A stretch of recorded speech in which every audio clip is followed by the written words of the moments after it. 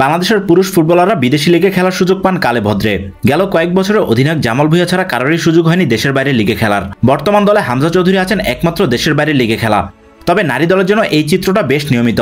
গেল কয়েক বছরে বেশ কয়েকজন নারী ফুটবলার খেলেছেন দেশের বাইরের লিগে। টানা 2 সাফ চ্যাম্পিয়নশিপ জয় এবং মাঠে তাদের পারফরমেন্স বিদেশি ক্লাবগুলোকে তাদের প্রতি আগ্রহী করেছে। এবার একসঙ্গে ভুটানের নারী লিগে যাচ্ছেন বাংলাদেশের 6 ফুটবলার। আগামী 15 এপ্রিল থেকে শুরু হবে ভুটানের নারী লীগ, যেখানে ট্রান্সপোর্ট ইউনাইটেডের হয়ে খেলবেন গোলরক্ষক রূপনা চাকমা ও ডিফেন্ডার মাসুরা পারভিন। এই দুজনে যাওয়া আরও আগে নিশ্চিত হয়েছিল। বাফুফের কাছ থেকে তারা ছাড়পত্র পেয়েছেন। এবার তাদের সঙ্গে যুক্ত হয়েছেন আরও 4 জন।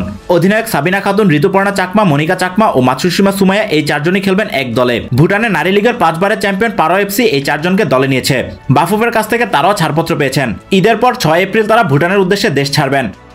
এদের সঙ্গে একই লিগে আরেক ফরওয়ার্ড মোসাম্মদ সাগরিকও অফার পেয়েছেন। তবে ভুটানের কোন ক্লাব তাকে দলে চায় সেটা এখনো জানা যায়নি। জানা গিয়েছে বাফুফে তাকেও ছাড়পত্র দেবে, তখনই জানা যাবে ক্লাবের নাম। ক্যারিয়ারে দ্বিতীয়বার বিদেশি লিগে খেলার সুযোগ পেয়ে বেশ উচ্ছ্বসিত ঋতুপর্ণা চাকমা। সবশেষ সাফে সেরা খেলোয়াড় হওয়া ঋতুপর্ণা জানান, বিদেশি লিগে খেলা সবসময় আনন্দের। সেখান থেকে অভিজ্ঞতা নিয়ে দেশের হয়ে আরও সাফল্য বয়ে আনতে চান তিনি।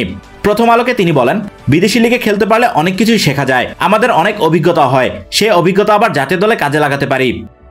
এর আগে মালদ্বীপ ও ভারতের ঘরোয়া নারী লিগে খেলেছেন জাতীয় দলের অধিনায়ক সাবিনা খাতুন। ভারতের ঐতিহ্যবাহী ক্লাব ইস্টবেঙ্গলে খেলেছেন উইঙ্গার সানজিদ আক্তার। গত বছর আগস্টে এএফসি উইমেন্স চ্যাম্পিয়ন্স লিগে খেলেছেন 4 জন নারী ফুটবলার। ভুটানের ক্লাব রয়্যাল থিম্পু কলেজ এফসির হয়ে খেলেছিলেন সাবিনা, ঋতুপর্ণা, মারিয়া ও মনিকা। এদিকে গত জানুয়ারিতে নারী দলের কোচ পিটার বাটলারের সঙ্গে যে 18 জন ফুটবলার বিদ্রোহ ঘোষণা করেছিলেন, তাদের মধ্যে এই 6 জনও ছিলেন। ঈদের পর শুরু হতে যাওয়া জাতীয় দলের ক্যাম্পে ডাক পড়েছে বিদ্রোহীদের, যেখানে এই 6 জনের নামও রয়েছে।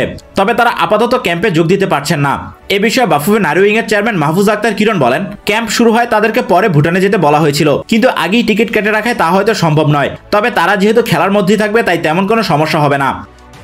আগামী জুনে এশিয়ান কাপের বাছাই পর্বে খেলবে বাংলাদেশ। সি গ্রুপে বাংলাদেশের সঙ্গী শক্তিশালী মিয়ানমার, বাহরাইন ও তুর্কমেনিস্তান। মিয়ানমারে বাছাই পর্বের ম্যাচগুলো হবে 23 জুন থেকে 5 জুলাই। গ্রুপের 3 প্রতিপক্ষের মধ্যে কেবল তুর্কমেনিস্তান কাগজে কলমে বাংলাদেশের চেয়ে পিছিয়ে। বাকি 2 দল মিয়ানমার ও বাহরাইন অনেকটাই এগিয়ে। তাদের পেছনে ফেলে বাংলাদেশের গ্রুপ চ্যাম্পিয়ন হওয়া নিশ্চয়ই সহজ হবে না। তবে গ্রুপ চ্যাম্পিয়ন হতে পারলে এশিয়ান কাপের মূল পর্বে খেলার সুযোগ মিলবে। তাই বাফুফের লক্ষ্য সে সুযোগ অর্জনে সর্বোচ্চটা দিয়ে চেষ্টা করা। সে লক্ষ্য পূরণে ঈদের পরপরই শুরু হবে জাতীয় দলের অনুশীলন ক্যাম্প। তার আগে দলের অভ্যন্তরীণ সব সমস্যার সমাধান করা জরুরি। এর পাশাপাশি এশিয়ান কাপের বাছাই পর্বে শক্তিশালী প্রতিপক্ষের বিপক্ষে খেলার আগে এই 6 জনের বিদেশি লিগে খেলার অভিজ্ঞতা দলের জন্য ইতিবাচক ভূমিকাই পালন করবে।